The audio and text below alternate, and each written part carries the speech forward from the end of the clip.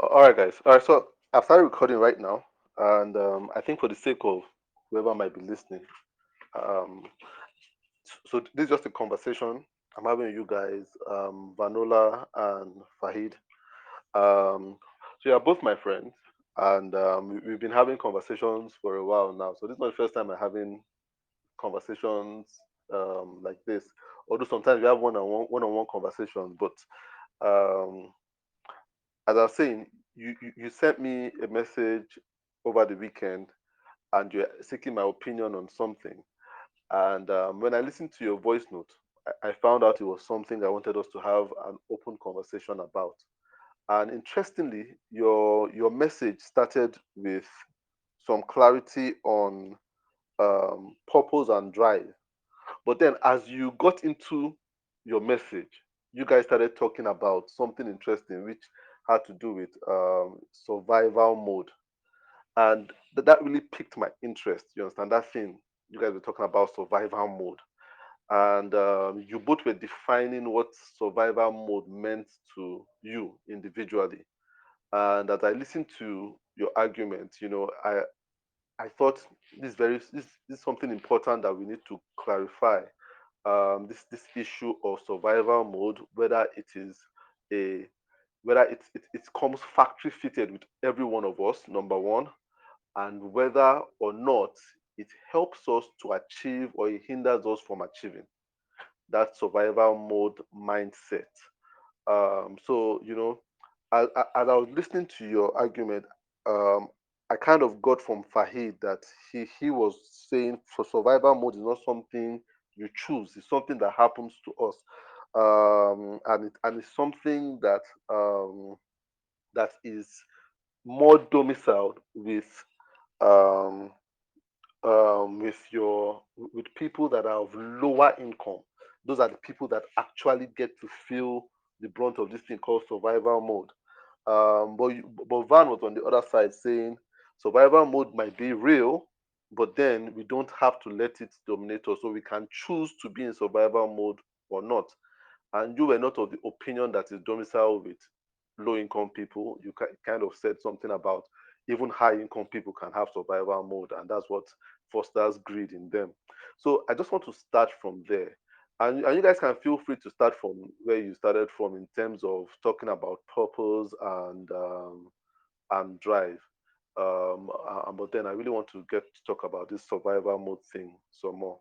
So I don't know who wants to kick it off. Do you want to kick it off, Van? And let's just know what the genesis of this discussion was in the first place. Okay.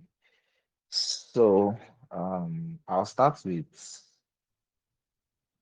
the word survival mode, right? So I think we kind of reached some form of agreement at the end. I don't think that part was in the voice note where we talked about, you know, or rather we agreed on the fact that survival mode is ingrained in every living organism on the planet, from humans to dogs to cats to cows. Like survival mode is like a natural instinct thing. What I was trying to point to was just that, yes, I admit that, you know, there's some ounce of survival mode, which we can even add the context survival instincts, right? I think it's okay to always have your survival instinct. I think it's okay. I think it's perfectly fine to always have your survival instincts ready and charged up for you to take action, based on the context and the different situations and environment that we find ourselves in, at every point in our life. However, I don't think and I don't advise anybody stays on survival mode for any little lengthy period of time. So I think, Faid, you can chime in on that. So yeah, that's what I'll start off with. Yeah, I think when Farid comes in, I want you guys to define what you mean by survival mode. What does survival mode mean to you, Farid? Or survival instinct as it relates to Hmm. us as Yeah. human Okay, beings? Okay, so let me let me Van, do you let want me to go first? quickly drop Yeah. on that.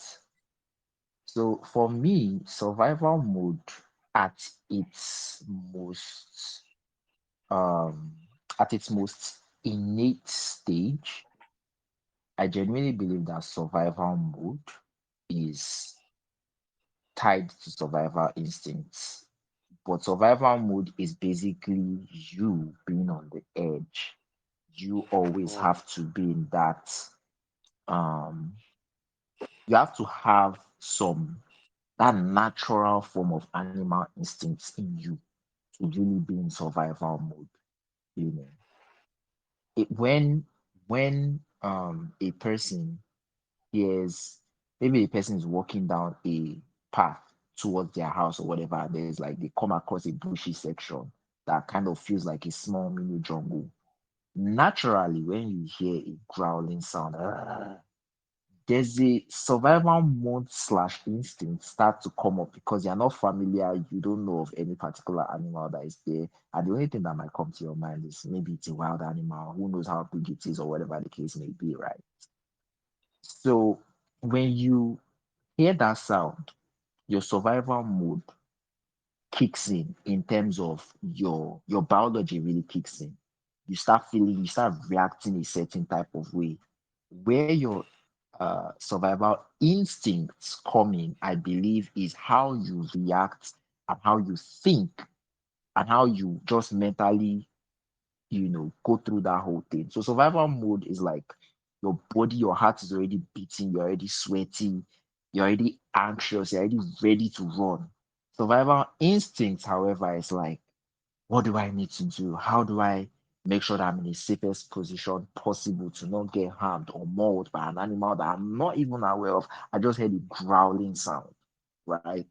So that's that small scenario just hopefully, I hope I'm able to show what survival mode feels like, slash, what survival instinct. So I think survival instinct is more of a mental thing, like being a sharp guy. I think there are two dudes across the street with weapons. I think I shouldn't go towards that place because I don't have a weapon and I can't protect myself. So let me take a safer route. I think that's survival instinct.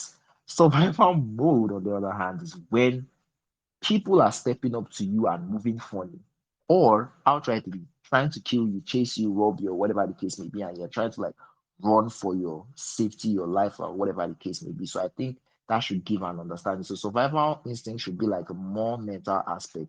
Then survival mode should be more of the biological aspect, how you feel, how you generally react biologically to these circumstances.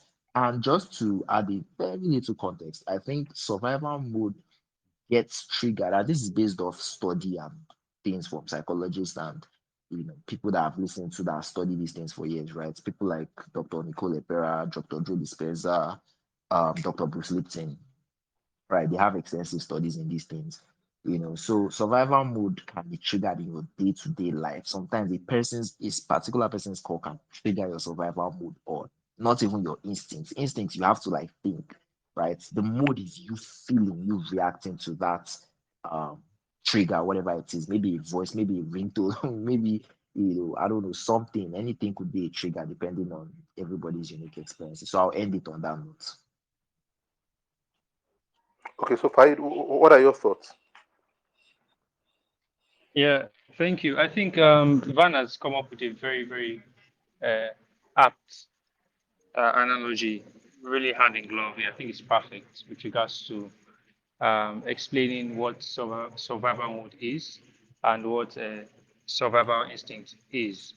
So I think, as you mentioned earlier, right, we had kind of come to a sort of, I would say, consensus or conclusion, which is that survival mode in itself may not always be good, right?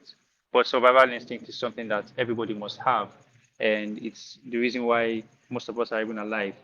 Survival instinct is a baby crying for its mother when it's hungry, right? Survival instinct is a baby not even being taught how to suckle, right? But they know that they have to feed from the day that they are born, right? But now I think the more of the areas of difference came from an analogy that I came up with on the spot, which is that For example, someone coming from a refugee camp, let's say someone in Congo right now, right, happens to somehow migrate to the US. I said that being in survival mode, from the fact that they have they have gotten to live in a very, very, I would say, precarious situation for most of their life. That is what fuels them to go to the US and actually get stuff done, such that they are able to come back and uplift more people out of those refugee camps. I also mentioned how there's a direct correlation between number of doctors from third world countries, Asia, basically India, China, and all these places, and how they travel en masse to Europe and they are very, very successful. The UK is an example as well. How, especially in London, how you have people from Pakistan, Indonesia, and these Asian countries, and Mm, they are like the main workforce. I am saying that survival mode is the reason for that, mm, right? And as I mentioned, right, survival instinct gives rise to survival mode, given certain conditions. Now, what I observed from the last conversation, right, which is a pre-this call, obviously, is that Van seemed to have this thing where survival mode kind of like villainize in his mind. It's like it's bad. And I'm like, yo, you can't say that because the same survival mode that makes people steal is the same one that makes people save other people's lives. And it's the same one that makes somebody who comes from a poor background to mm. work extremely hard, right, to uplift their family and to uplift themselves as well. So I guess the crux of what I'm just trying to say is it's like a tool, right, which every human being has, and I would not villainize being in that state, right, for the most part of your life because I understand that everybody did not start on the same ground, right? You cannot imagine someone that's coming from a war-torn country to not be in survival mode at some point in their life. So like Mm, I cannot see that.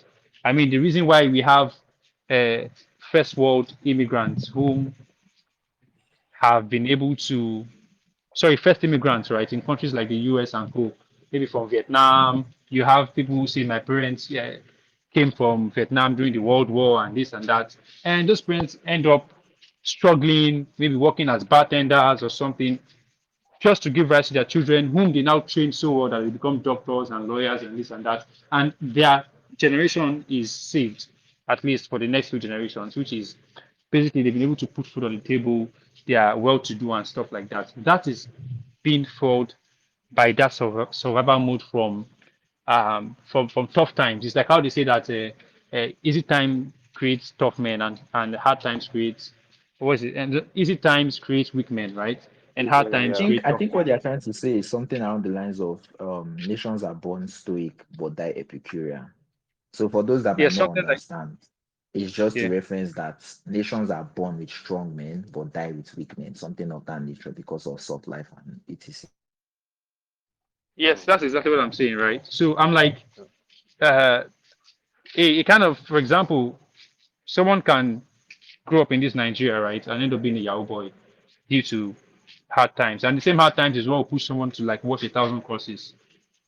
I Mm, mean, Van himself can attest to that. The fact that people, right, whom we saw or whom we grew up with, right, have access to a computer and we also have access to a computer. And we end up doing totally different things. I think that is not down to survival mode. We are both being fueled by that. It's more of your morals and your culture and you yourself and what you are being taught and who you are listening to that then decides how you use that survival mode and instincts, to carve yourself basically. So yeah, that was the point I was trying to make mm. So on this particular matter. if I have you right, um, Fahid, what you just said. So yeah, so I think what you're saying is more or less alluding to the fact that survival mode can be a strong driver to achievement. So you're saying like people who have been at the brink of have been pushed to the wall of man, it's either I survive or I die.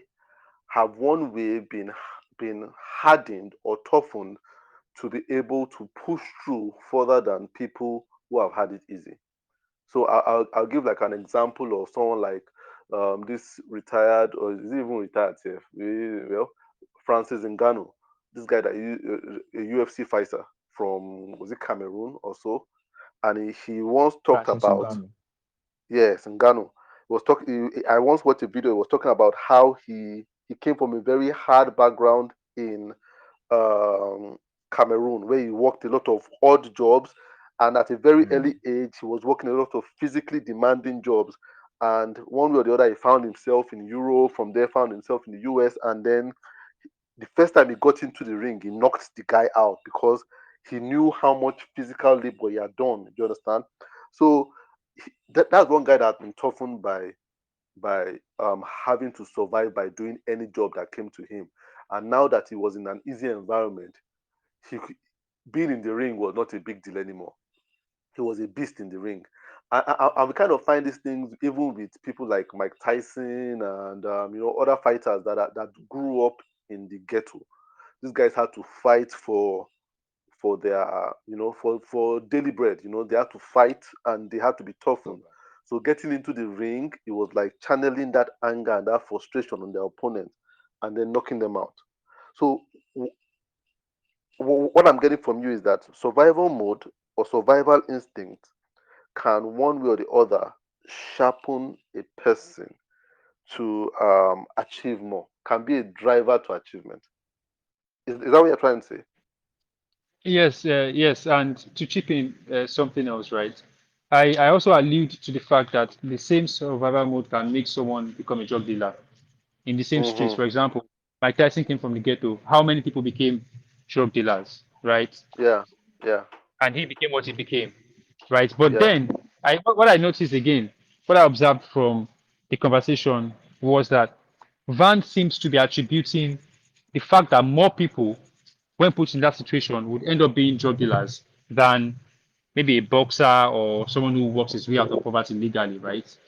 It seems to be alluding that it seems to be pointing the gun at survival mode for that. And I am And saying, no, that is something you can point at poverty, not was that your, survival mode. thought, Van? um yes, All right. because I generally believe that. So those the example of the UFC guy and other boxers like Mike Tyson, UFC fighters, and the rest, right? I believe that yes, a number of them have been through survival mode, right? Which has built grit, right? Grit has built grit in them.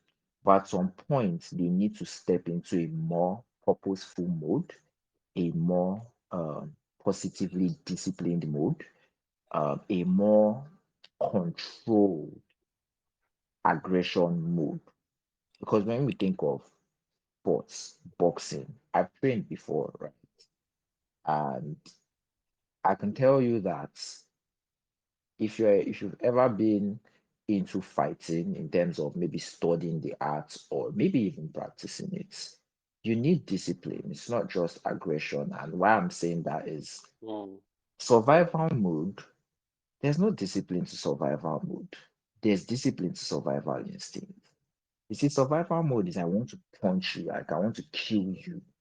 I want to get that food. I'm hungry, mm, right? Instinct is like, hold on, this man has a family.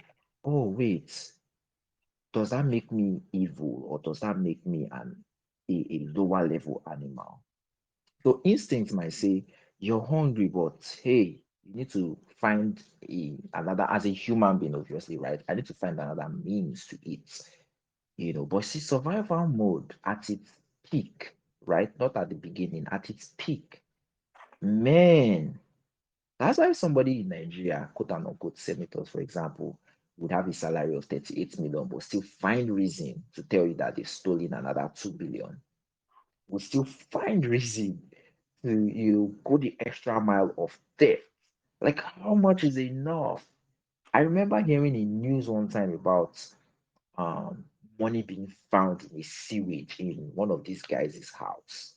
said he was whistleblower. And I remember watching it on one of these channels, TV or AIT or something like that, a couple years back. It was hilarious to me in my mind when I heard the news, and their own survival mode stem it turns into greed because at that point they've not gotten past that threshold of what it means to be a properly functioning human.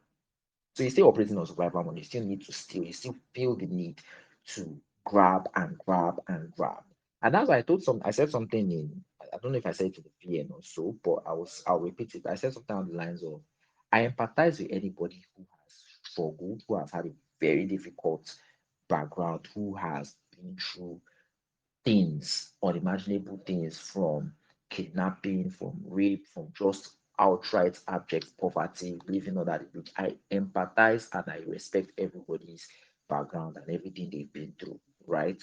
But at some point, that survival mode that quote unquote saved them enough to quote unquote live through the day and live to see another day.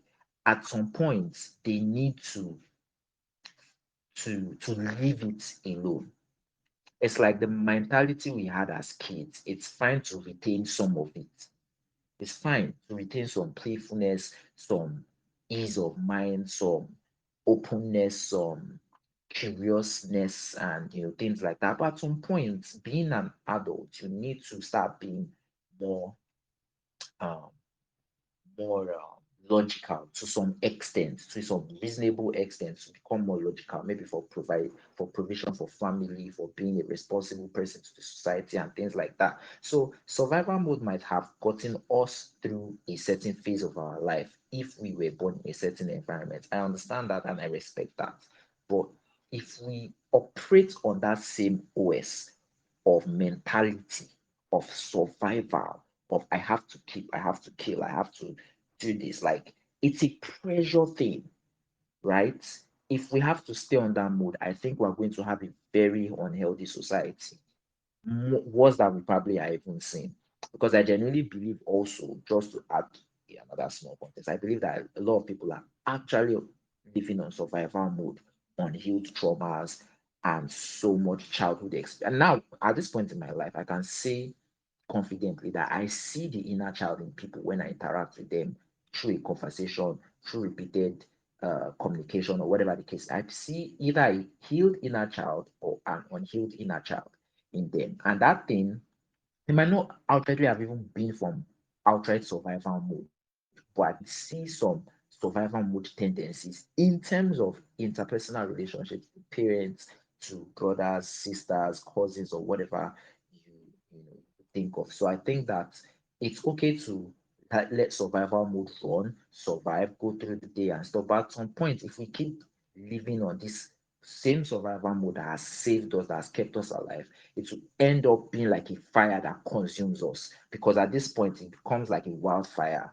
So survival mode is like a fire that is burning. Okay, we need the warmth. Okay, we need to burn a couple of woods here and there, but at some point we don't need it to burn the whole forest, and that's where I think survival instincts can maybe help and say, wait, I think this fire is getting too much. Let's not let it extinguish say extinguish or burn rather, burn everything that is in our path. Because a fire at its full rage, I mean, it's we all know what that looks like, right? So I just think that at some point in one's life, we need to leave survival mode alone. Now that doesn't mean that you will never have a little bit of it's like bile. I gave an example of bile. It's like having bile in your body. Bile is it's a very small green that I think is around the liver or something like that. Because if you opened animals like goat, Yeah, I think chicken, bile is, cow, I ram, or think, anything, yeah, you like would the see bile pancreas or when something. you're cleaning Yeah, up.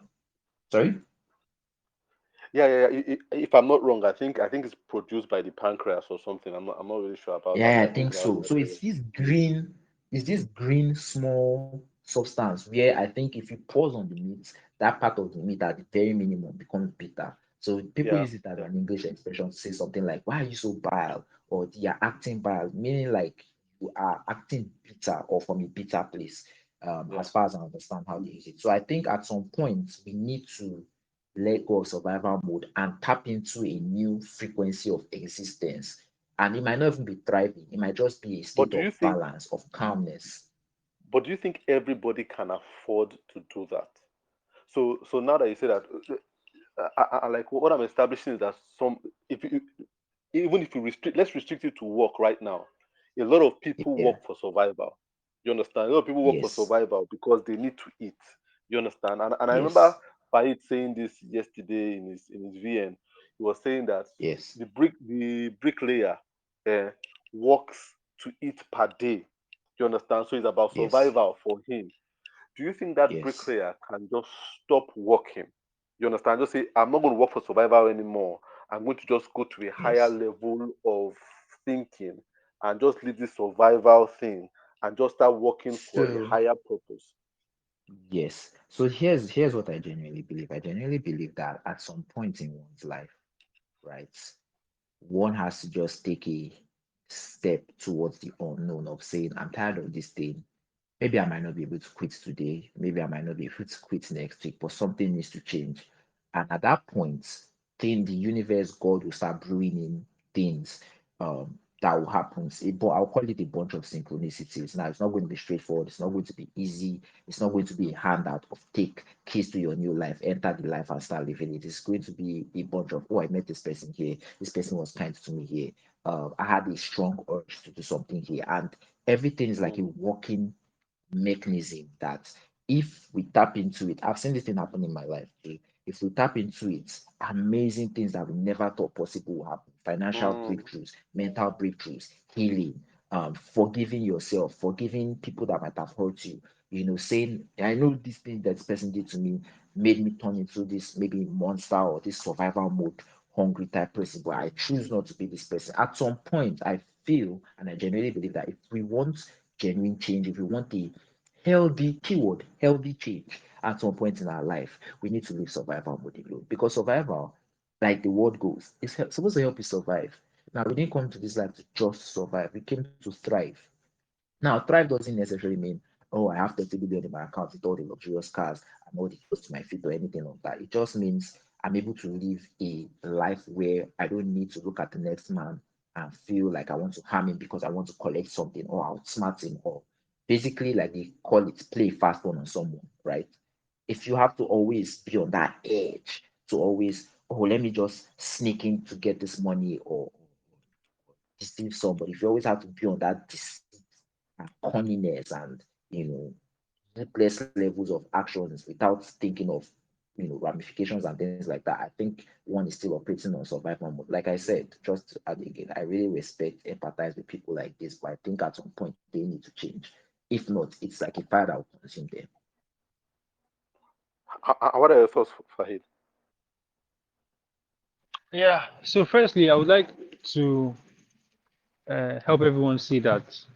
I mean, I don't know if you guys listened in for this, but it's pretty obvious that Van is subconsciously equating being on survival mode to being rash, irrational, and aggressive. I don't know if you've observed that, right? So, I mean, you could say that being in survival mode means that you're on the edge and all that. But being on the edge does not mean that you're going to harm anybody. It No, no, doesn't no, mean that you're Farid, going to be quick one, sorry, quick one, just to add small context. Being on survival mode might not necessarily make you aggressive and all that whole thing towards people because not everybody has the physical capability to accept that aggression on the fellow man, right? Which is why there's guns or there's cunningness, lies, deceit, always playing a Mm, fast one. Just to so the so. idea is Yeah. that people always want to have their way with you, play a fast one, whether it is physically So impose their will yeah, on you or mentally, scam you and things of that nature. Just to add some context, please go on. understood. So I mean, the point still stands, right? Being on survival mode does not mean that you are going to be trying to play a fast one on somebody or outplay trick people. somebody into robbing them off of their money or anything. It simply means that you are on the edge. It's like Cristiano Ronaldo in football, right? He acts like someone that needs to survive. Basically, he needs goals to survive, right? And it's not. It doesn't mean he's going to bribe the VAR or do something unethical to win. Now, also, I also want to say that it's very, very convenient for myself or yourself to be here and say that people have to come out of this mode at some point and move towards a less survival mode uh, type life. I do not agree with that. And again, I'll give the same example I gave before, right? Or let me try and paint a picture here. I don't know if any one of us has really watched any documentaries on what a refugee camp looks like. I don't know if any one of us here has done that, right? So a I've refugee not camp necessarily looks like watched the documentary. it looks like a lot of tents, very little food, a lot of children with some of their mothers or fathers dead and stuff like that. And basically, not everyone there is going to get an education, and maybe 10% of them would come out of there and maybe get to travel out, some scholarship or something. And basically, what they do is they say, at least my children, my family in the refugee camp, and my children's children, I will make sure that, or I'll do everything in my power, legally or illegally, right, to make sure that they would not have to be in that situation again.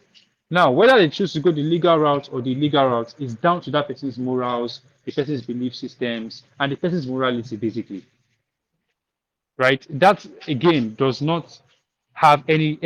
You cannot put the blame. This is misappropriation of blame. You cannot put it on on being in that mode. I'm actually what I'm standing on here is the fact that there is absolutely nothing wrong, right, with someone coming from such a background to stay in that mood for their entire life. If anything, right, I would actually say that it's more beneficial to them and their future generations than not being in that mood. I mean, how easy is it to come from there and end up in a situation whereby you have your children sorted actually for life? It's not really easy. And the only reason why they would even get to that point is because they make 10K, they're not satisfied, they want to make 20. Because they're thinking, oh, this 10K, I mean, maybe US terms, and maybe just one big illness away from poverty again. Okay, I want to make 20, I want to make 30, I want to make 40. Oh, I have two children. I want to set them off. Are we then faulting what fuels that? No. It's like saying that a hammer is bad or a gun is bad. A gun is not inherently bad. If you use it for hunting to get food for yourself, if you use it for so many purposes, right? You could just be used for sports and stuff. The question is who is holding the gun,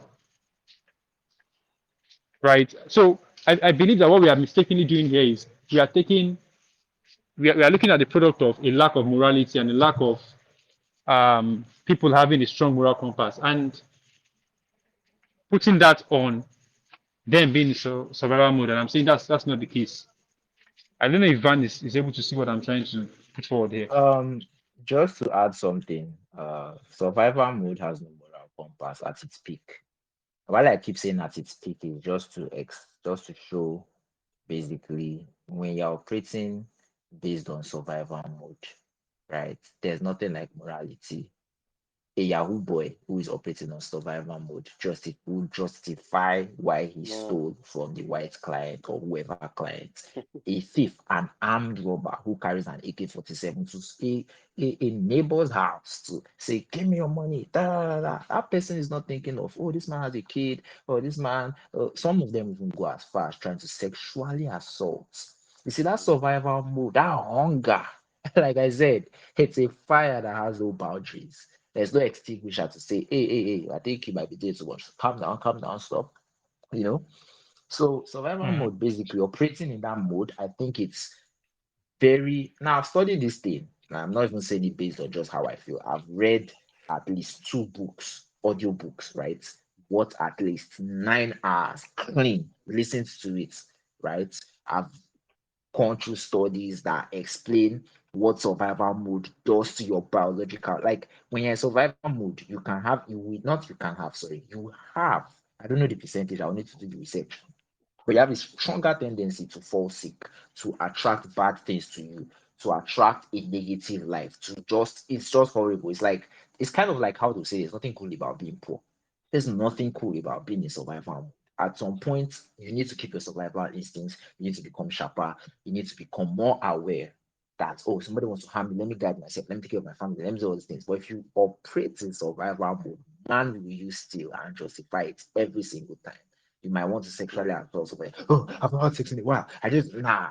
It's like survival instinct is like, okay, maybe I need to procreate, but now is not the time for it. This person is not consent with my thoughts or my feelings or my actions or stuff. Somebody's like, I want to eat now. I don't care whose food I'm taking or if the person had worked 10 years to just buy this food or whatever the case may be, right? I mean, So I know I just give a crazy example, but just to point that out. Survival mode has no chill. Instincts, on the other hand, would say, I should do this, I should do like instinct is a thought thing. Uncle T, please actually, give so us your okay, own genuine thoughts on this whole thing before so we even so go. actually, I think I should just do a quick rebuttal before you do that. Again, I think you are doing the exact same thing you did the first time, which is misappropriating the blame. Again, you are you are you are basically turning being in survival mode to something that is not, that is basically being immoral, basically. So I'm saying That is that basically people's what? morality. So I'm saying that people's morality, right, is what determines whatever they do with any situation in their lives. That's what I'm saying. I am saying that you are mistakenly putting that on survival mode. There are people in the US that have guns and they will not use it to shoot other people, while there are people who would have it and kill other people. So I am saying being in that mood can actually fuel. I mean, for example, let me give you a very quick example. Right? Let's say I came from a refugee camp and I've been living my life based on survival mode. I turn out to become a neurosurgeon or something. Because there are people who have actually done this. Literally. To be honest, the chances are low, but go on. No, what I'm saying is this, and I mentioned earlier that in that kind of environment, there's a scarcity of education and everything, right? Those who actually get out tend to perform really, really good when they go Yes, overseas to yes, school and because of stuff. adversity. It's like they built muscle memory for just endurance, mental endurance, And physical endurance, and basically, stuff like yes, that. and some of them, it is being in this mode that have allowed them to uplift maybe 200 people from the camp or 10 people or Honestly, however many they honestly, can. honestly, Him, they are what they call it. They are on opposite directions. Being in survival mode and being in what should be the opposite of survival? Actually, that's something we should even look at. What's the opposite of survival mode? Mm. Kindness, and there should be a word for it. Mm. There should be a word for it because you can't be in survival mode and wanting to give people opportunities, wealth, no, schooling, that's and things like actually that. not what it means. You know, I gave you an example on the call the last time, Evan. I explained that, for example, for someone who believes that if he does good to people, right? Okay, so Okay, sorry, let me the give opposite of wait, survival let mode me should give you be a quick. abundance. Okay, wait, I'm coming there, right? I don't think that's correct, but I'm coming there. So basically, right, I think survival mode can make someone actually more charitable, and I'll explain why. For someone who comes from a very religious background that believes that if you give people one, God is going to give you two. And for example, right, personally and religiously, I believe that the best charity is the one given when you are in lack. Like that's the most genuine charity can actually give. And we also believe that charity does not reduce your what's the word again? I want to remember the exact wording. So charity does not I'm going deplete to your send wealth, an basically. interesting screenshot. Please continue. I'm going to send an interesting Yeah. screenshot of So the so definition. yeah. So charity does not deplete your wealth, right? So I have seen people, and I have been in that situation myself. I have seen even my parents as well be in precarious situations and still give to people, believing that okay, this that I've done would come back to me tenfold. That can be felt by being in survival mode. Is what I'm saying. So you feel like I don't think people I that are don't in think I survival don't think it's mode felt by being in are more So survival I mode. I believe think it's that's about your just moral being compass, as a about trait of what did character. you grow up believing, what were you taught, what is your character and stuff like that, rather than the mood itself. okay. Fahid, That means they are not Fahid, operating in survival mode fully. wait, But chill, Uncle chill, T, chill, please How chill, go on. chill. Hey guys, chill, chill, chill. I want to get Fahid's point clearly. Fahid, did you just say like survival mode can make you more charitable. Is that what you're trying to establish here? Yes. I am saying yes that there are people who it has made more charitable, and there are people that it has made more violent, Okay. and there are people that are just on their own doing their own stuff based on it. Okay. Can you explain that how survival mode can make you more charitable, please? I want to understand that better. Okay, so let me give you a very good example, right? So basically, I personally have been in situations, and again, this comes from, I don't know if you want to get to theology, right? But this comes from a religious belief, which is that charity does not reduce your wealth. That's what I believe basically. Mm, I believe that even if you have 100K and you give 10K, it doesn't actually mean that you have 90K now. On your in your bank statement, it might look like 90K, right? But I believe that you're going to get tenfold somehow. It might not be monetary, it might be in another way. It might mm, not be something that you can quantify in the moment. Now, when I am broke, personally speaking, when I am broke, that's when you find me giving people money most, right? So I'm saying, mm, using myself as an example, right? There are people whom might have grown in certain situations and have certain beliefs that when you are on the brink, right, do good stuff. That's when you should do good stuff. I mean, that's when you're actually tested. If you think about it. Oh, you have so much food in your house and everything, and then you give somebody 1 naira. I do. I'm not downplaying that. I'm saying that's different from having 10 naira and giving somebody 2 naira. mm, It's not the same thing. So I'm saying the same mode that pushes people to take other people's stuff is the one that also pushes people to give. Another example, let's look at people who are born, rich kids that are born into homes. They didn't do anything wrong themselves. They never stole anybody's money or anything. But they still feel they need to to rape people, maybe their maids, or to molest people and all that. It's because they do not have morality. The problem here is morality, not survival mode in itself. There are people who have never been in a situation where they have to be on the brink in their lives. mm, And they turn out to be evil people as well. You know the worst stuff you can imagine. Think of dictators that were born, right? I'm not always calling any name because I don't want anybody to come and bust my house tomorrow or something, right? Think of dictators, right, that were born in castles. Think of the past as well. And they had everything at their beck and call. And yet you find that they're the ones that choose somebody inside burning oil, or they even invented a new way of torturing people or something like that. They have never mm. been in survival mode in their lives. So why are you telling me that this is what pushes people to do what is Survival off? mode, bro. Survival mode is not just, like I said, survival mode is not just tied to poverty only. And that's what I was still saying the other day. I was like saying that you think survival mode is just only when you've not, or rather when you've only experienced financial lack. Sorry, survival mode doesn't always stem from financial lack. Survival mode can come when a lion is about to eat you and you're running. You're on survival mode. Your body is releasing more chemicals for you to function, to flee, not to think. So those chemicals being secreted consistently in your thoughts, in your actions, in your feelings. Feelings are very strong.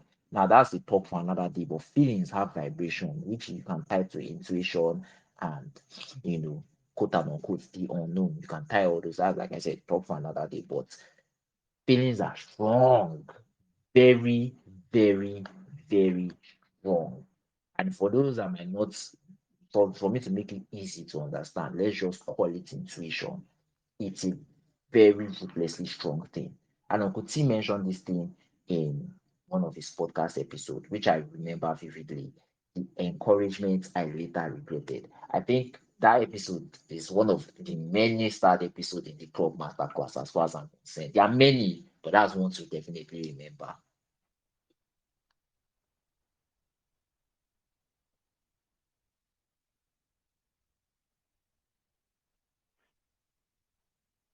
It's Van speaking. I can't hear him.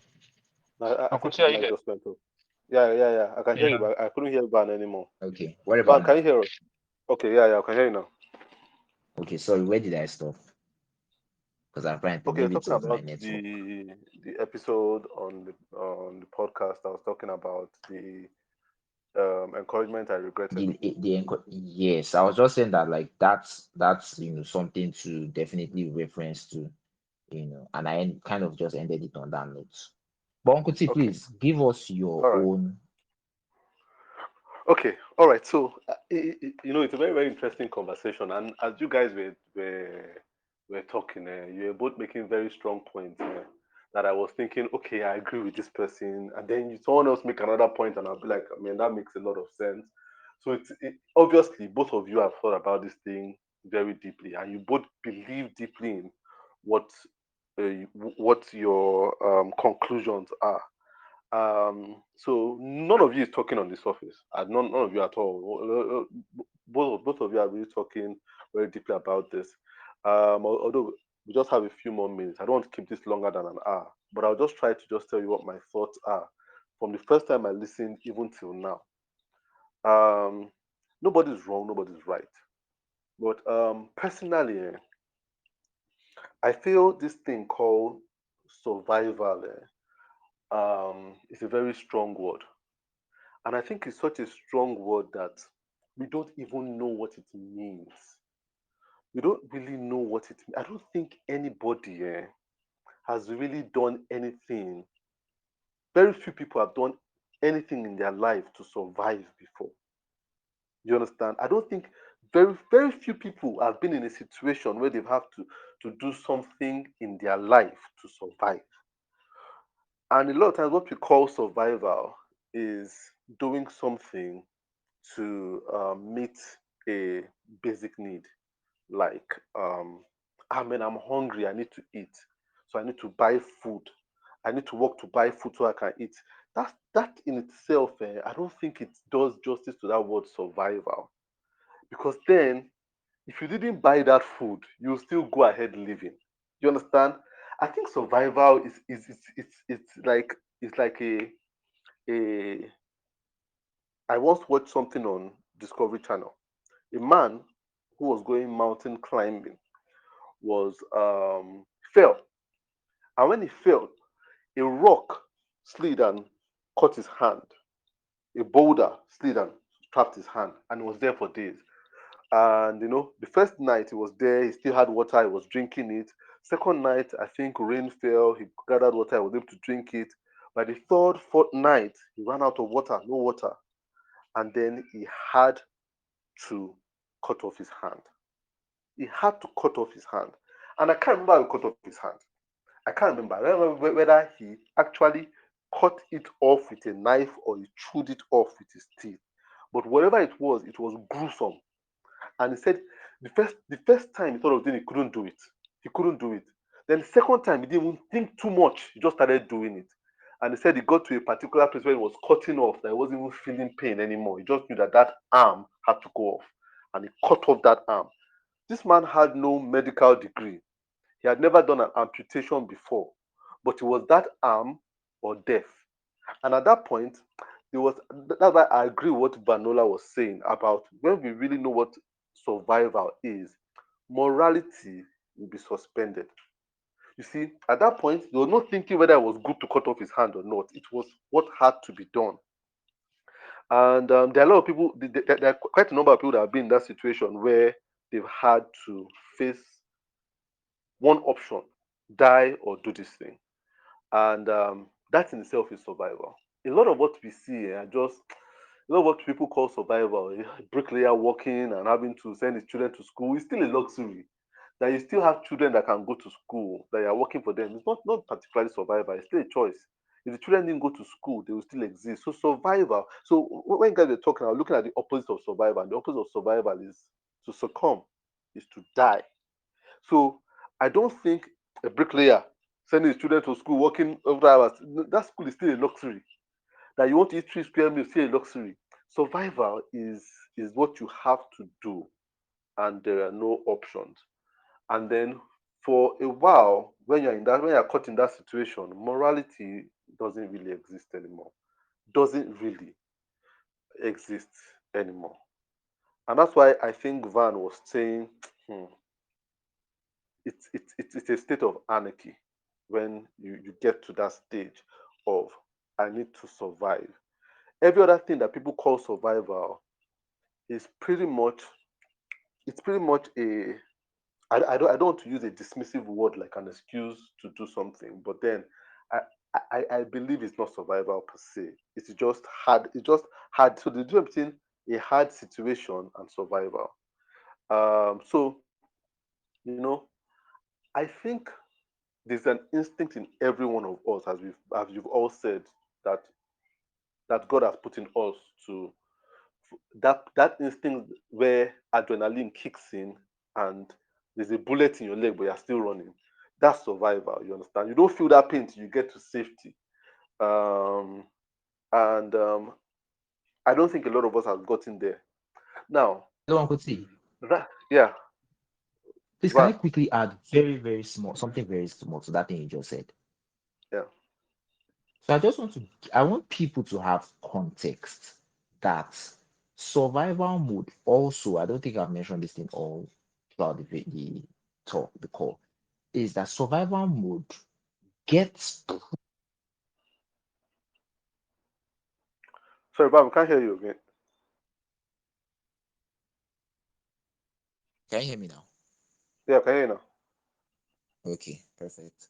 So I was saying that survival mode basically, right, is like an installed operating system in our minds. So I want us to just have small context now. I'm going to be very short with this. So survival mode is like having a Windows XP is to, let's say for the sake of extreme comparison, I'm going to say imagine having an OS and a RAM of, let me know if we can go to Windows XP. Let's do Windows 7. Windows 7 is still fine and stuff, right? But today's modern day application, from Adobe to the latest games, it can't handle it, right? So survival mode, in a way, it's not direct. It's not a direct 100% correlation, right? But in a way, survival mode is like having that old OS of operating, which quote and unquote somebody needed to survive, right? But they're still having this same mentality in an environment where they can now thrive, where they can now be fully happy, functional human beings. They are still operating based on that. I need to save. I need to, like, they're trying to take things like this palliative thing that happened in 2020. That's, to me, that's like one of the biggest examples of survival mode in our government. They are hoarding to the point where it's spoiled. For me, that's a very good example of survival mode. And like I said, just to hit the point again, it's a programming. And if you're not able to operate on a different and improved and adapted programming, which is one of the core features of being a human being, adaptability. If you're not able to adapt past that level of always being in, quote unquote survival mode, not just from a standpoint of hunger, but from a standpoint of the mindset and how one thinks. I think that's just what people I want for people to kind of like just understand real quick. Sorry. Okay, all right, all right. But you see, even what you said there, like as much as I agree with you with this survival mode being a programming, that um, that is very very hard for people to now start thinking rationally.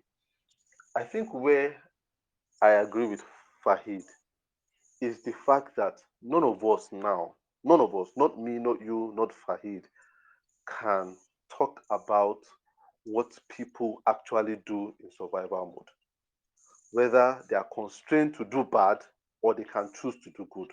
None of us, we are too privileged. None of us, we are all too privileged to know what a person would do in survival mode. And so when we kind of say that in survival mode, this person will be inclined to do bad, we are talking about something we know nothing about.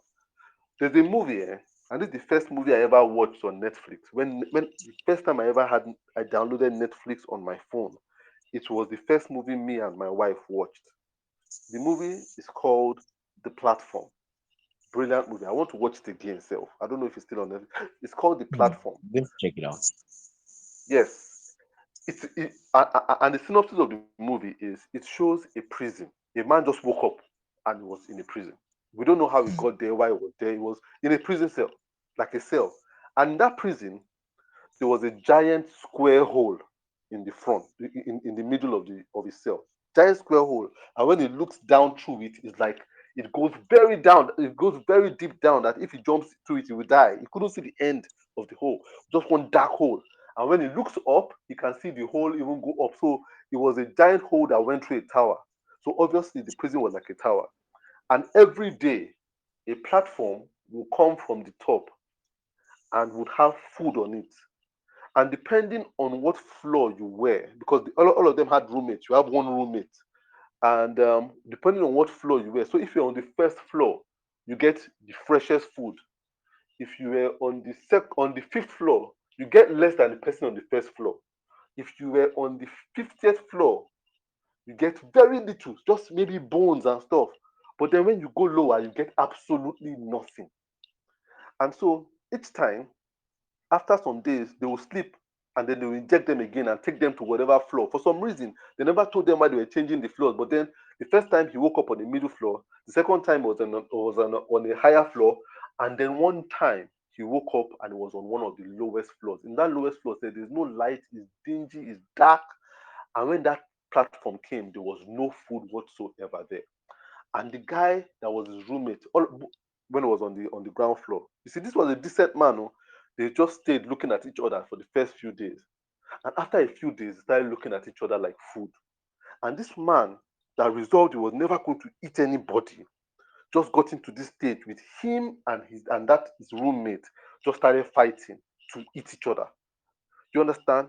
But after a while, I can't remember what happened. I don't know whether he killed the roommate or he ate him or something like that. But it just shows us that when you're on a particular level, you might say you'll never do something. But when you find yourself on a particular level, you'll be shocked what you can do. Now, that's one incident where someone found himself on survival level and decided to do bad. But then I've also read a book, Man's Quest for Meaning, by a man called Viktor Frankl. And he talked about life in the Nazi concentration camp too. And he was talking about how they were he talked about survival mode. He said, and even at that point, self, you think like a man, you might think, ah, as a man, when it gets to a particular age, you need to have sex. He said, when you're in survival mode, your mind will suspend. Sex becomes back that you even think that your sexual drive will die. You understand? It will be suspended. And he said, even in the midst of being in that Nazi concentration camp where people were fighting for their lives, some people decided to do amazingly good things. So, what I think is that none of us want to be in a place where we want to live for survival. I don't even think it is, I don't think survival drives us.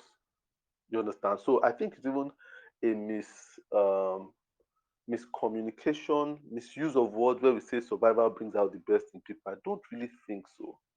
I think there's a difference between survival and hardship, survival and challenges. I think challenges bring out the best. Survival kind of debases us a lot of times. And that's why we realize that place where the survival, in the end, they don't think any lofty, great thoughts. You understand? They don't. They don't. You see, the person that goes from Nigeria to US and starts doing incredibly well is someone that has been through challenges. Someone that has tried to survive, that's living survival. You understand? He's almost debased to a point of being an animal. The brain is dull. You understand? The brain cannot think beyond food and life. And there's more to life than food and existence. There is actually what you guys started talking about initially in your VN called purpose. And that's what I think Vanola is trying to talk about, where he say we need to now elevate higher than thinking of, oh man, I need to do this thing so that I can eat. I think the crux of people saying they're living in survival mode in quotes is the fact that we always hold on to one outcome of life. And it's a very dangerous thing when we have an outcome in mind that we want and an outcome that we don't entertain. So this is what I will say before I close this. I use my wife and I as an example. The way we use our phones. Me, when I have my phone, if I charge my phone, I charge my phone very often. If my phone is 100%, once it gets to once it has got 100% and I start using, once it gets to 90%, I feel an urge to go and top it up again. That's how I feel. I just feel like if man, I need to go, I need to go and charge it again. I never know what can happen. I might have to go out and I don't want to lose any juice on my phone. So I will go back and charge. My wife say, why are you charging? It's not 80%. I'll be like, yeah, but you never know what can happen. My wife, on the other hand, will leave her phone to get to 1%. And once it's 1%, she'll be running frantically around the house looking for charger. And God help you if you're charging anything, even if you're on a ventilator, she will disconnect that thing to put her phone there because her phone must not die. Now we are both in survival mode. Even though I have a lot of battery, she has low battery. That sense of urgency to avoid an outcome of our phone must not die is survival mode for us. And the truth is that when we live life in that kind of way, where we have an outcome in our mind, and that outcome can be an imagined outcome, whereby we just imagine that at 1% my phone will die in 2 minutes. That might not happen. Your phone might still be on for a good 15 minutes. Or I feel my phone at 90%, something might call me, which I don't really know, and I won't have is an imagination of an outcome. It can be an imagined outcome, or it can be a learned outcome where someone has told me, my phone was out at 1%, and I now learn that a phone goes out at 1%. You understand? So I've learned that outcome and I try to avoid it. Or it can be an experienced outcome where you've actually experienced it. But the problem is that a lot of times in life, what puts us in survival mode is that we have an outcome that we desire and an outcome that we are not willing to entertain. So there's the outcome of I don't want to go hungry and I don't want my children to go hungry. So my children must never go hungry. So I'll work anything I have to work. Do you understand? That is that is a rugged outcome that you've held on to. That I must not be hungry. My children must go to school. I must never go out borrowing. All those rugged outcomes make us not entertain some things. So when you feel like this, that's why some people stay in jobs. They're like, I never want to be unemployed. So they'll stay in a toxic job for as long as possible because that outcome of being unemployed is something they can never imagine. But when you live life that way, you'll never get the best out of life. When you have a rugged outcome you want and a rugged outcome you don't want, you are living survival mode. You understand? So you will do some things to maintain a particular status quo. And that's not good. Because then what happens is that your mind is now not open to some new experiences. So some of us, if we are never broke and never hungry, some good things will never happen to us. Some of us, it is the fact that some bad things happened to us that we became better people. That we were broke. Look, for me as a person self, all my podcasts and everything happened because my family at that point was at dire financial needs.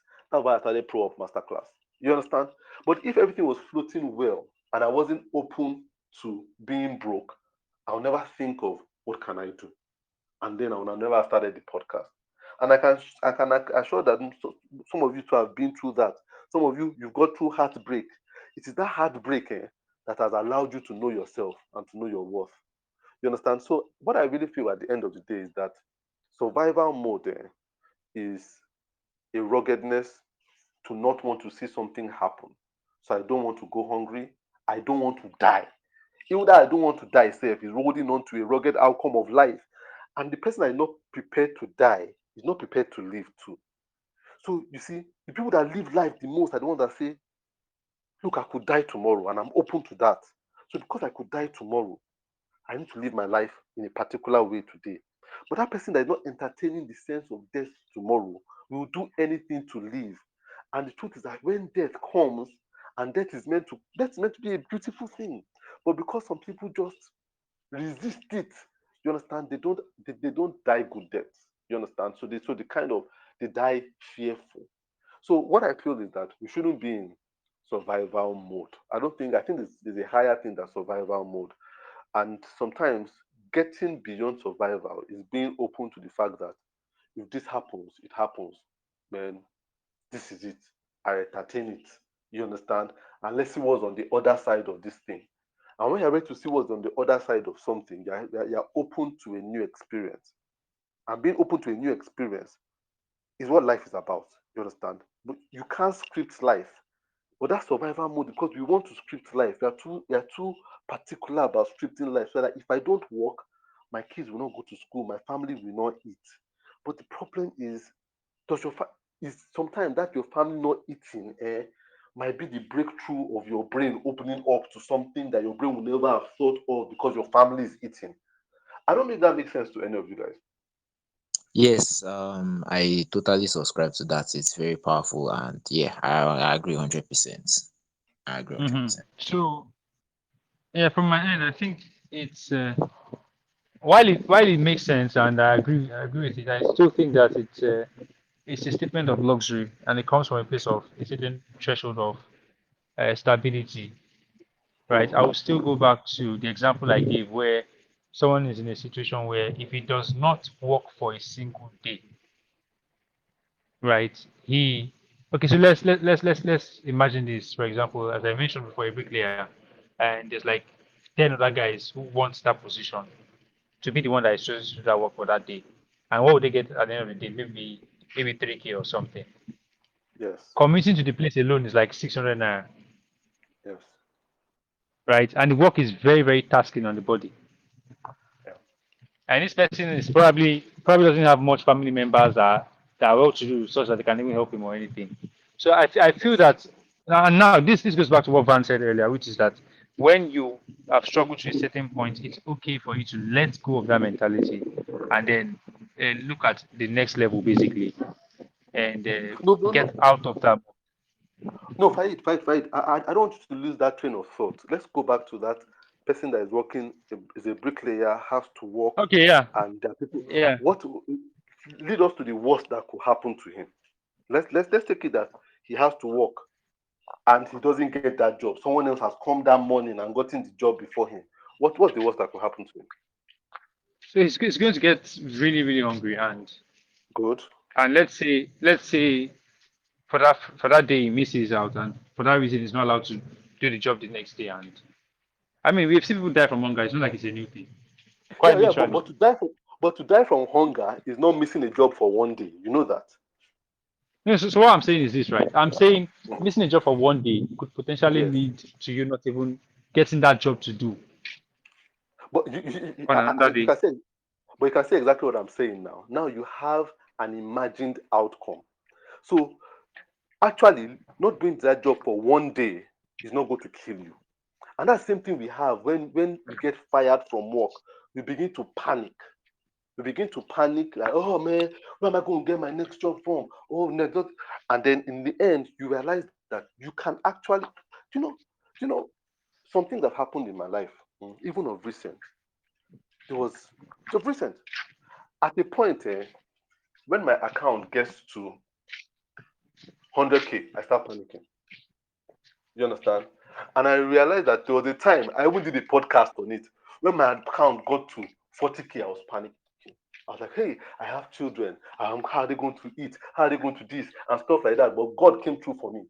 Do you know this year, recently, this year, maybe not even more than a month ago, my account got to 9K and I had three children. 9K. And I realized that, oh man, this perception of if this thing should go down, I will not survive is not true. Because even in that 9K, I still realized that we could still live. And as it kept on going down, I kind of realized that, oh, so this perception is actually just the imagination is worse than the reality. Because my imagination is already, how will I pay school fees for next year? How will they eat tomorrow? I don't know if you get me. So this Yes, bricklayer, I this totally bricklayer understand thing, what you. this bricklayer thing we are saying, a bricklayer doesn't get a job today, and then he feels like he is desperate. Then that when he say, ah man, láti gbébọn ni o, láti volley. But it's not true. You understand? That is a choice. He feels like if I have luxury because I have money, he doesn't have luxury because he has been out of a job for 2 weeks. You understand? But we both have a choice. He has not reached survival state yet. He hasn't. Because the truth of the matter is we never know how the story plays out. So this guy went to go and work a job. But before he got there, someone else has taken the job, got there earlier than him. So he's walking the road. and he has nothing to eat. You understand what I'm saying? And as he's walking the road, why can't he play out to the fact that, oh, he walks the road, he sees his classmate and says, hey, what are you doing here? And says, okay, I'm working as a whatever, whatever. And the person says, okay, you know what? I have this thing. Come and work with me at this, and he gets a job. Do you understand? But we never think of that extreme. We always think of the Possibly even a pessimistic better extreme, one. even a better one. You understand? So you can see how did I go from 9K to coming out of that. Do you know what just happened? One day I was just sitting down on the Sunday and I was thinking, man, there's 9K in my account. Oh. Man, 9K, if I buy fuel, everything will finish. You see, I was beginning to worry. And then immediately, on that Sunday, I'll never forget it, I just saw an alert of 40K. 40K from somebody that was a friend. And the guy just said, I just thought of you and I just thought of you to send you this money. By the end of that day, I had made 82K from no work I had done. I could never have thought of making 82K additional to my 9K. I was thinking, I need a client, but the client never came. But you see what? Something better happened. And from that day, it just kept on going up and up and up and up and up again. So you see, it is not as fatalistic. At that 90, I could have told Tola, your back is to the wall right now. Any job that comes, go and do it. And that's what we keep doing. We keep thinking we're in survival mode when we're just in a very hard time. Uncle T, And this thing you said is basically what I've been trying to practice. yeah, we must be able to distinguish between a very hard time and survival mode. Because survival mode is when you have no option. You have to cut off that hand unless you die. But a very hard time might just be being patient. Let the ambulance come. You understand? You must be able to tell when you are going to die from when things are just terribly hard. When that starvation is death and when that starvation is discomfort. Because a lot of us jump like if it is death when it's just discomfort, and we make the biggest mistakes of our lives. We compromise, we make those very, very bad choices because we think we are survival still. But it's not survival yet. Sometimes you just need to stick it out. And the script wouldn't be what you imagined. You understand this? There might be a better script to it. So I'm sure both of you have been in very dire situations where you just thought, man, I have to do I I've said it so many times in business. I've worked with some very, very terrible clients because I thought I was in survival mode. And the day that I take that job from that client, somebody else will come with a better job, and I'll say, "Oh my goodness, why did this person just come yesterday? Now I have to take this terrible job that I've accepted to take from this client. Now I'm stuck with a client I don't want, and I have a client that I absolutely want. But if I just waited one more day, all I would have had was the client I really wanted. You understand what I'm saying? The same thing too we do in relationships now. I'm getting too old. I'm getting too old. The next girl that comes to you, you just marry. The next guy that comes to you, you just marry. You understand? Because you feel you are getting too old. Your imagined outcome is now that I will be 40 without a child. That's what women think. I'll be 40, then it will be hard to give birth, and then it will be hard to do this. There will be complications. We always think of the fatalistic things. But now see the person that waits and says, you know what? I'm 40, but I'll wait for the right person. And now wait for the right person. And the first time they have a child, they have twin children. And there's no complication. We never think of that. Because the mind is always attracted to the negative. So we think we're in survival mode when we are just in a transient, challenging time. Survival mode means back to the wall. There is no other thing. You need to do what you need to do. But very few of us are ever at that stage. And that's why I will go back to what that film, The Platform, because I think before that guy could eat his his um um his his roommate, something happened. So he never had to compromise the standard of eating his roommate. Do you understand? So I don't know.